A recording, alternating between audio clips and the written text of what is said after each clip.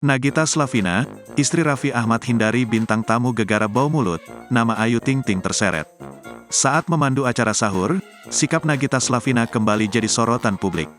Istri Raffi Ahmad itu dinilai sengaja menjauh hingga menutup hidungnya lantaran sang bintang tamu bau mulut. Diketahui bintang tamu saat itu adalah Dustin Tiffany. Hal ini berawal dari Nagita Slavina yang diminta menjawab sebuah tebak-tebakan dan menjelaskannya di dekat Dustin Tiffany. Seketika Nagita Slavina meminta Dustin untuk tidak mendekatinya gegara bau mulut. Mengetahui hal ini, Denny Cagur pun menanyakan penyebab Dustin Tiffany mengalami bau mulut dan berkelakar dengan menuding telah minum solar. Sikap Nagita Slavina ini pun banjir kritikan hingga tak sedikit yang menyeret nama pedangdut Ayu Ting Ting.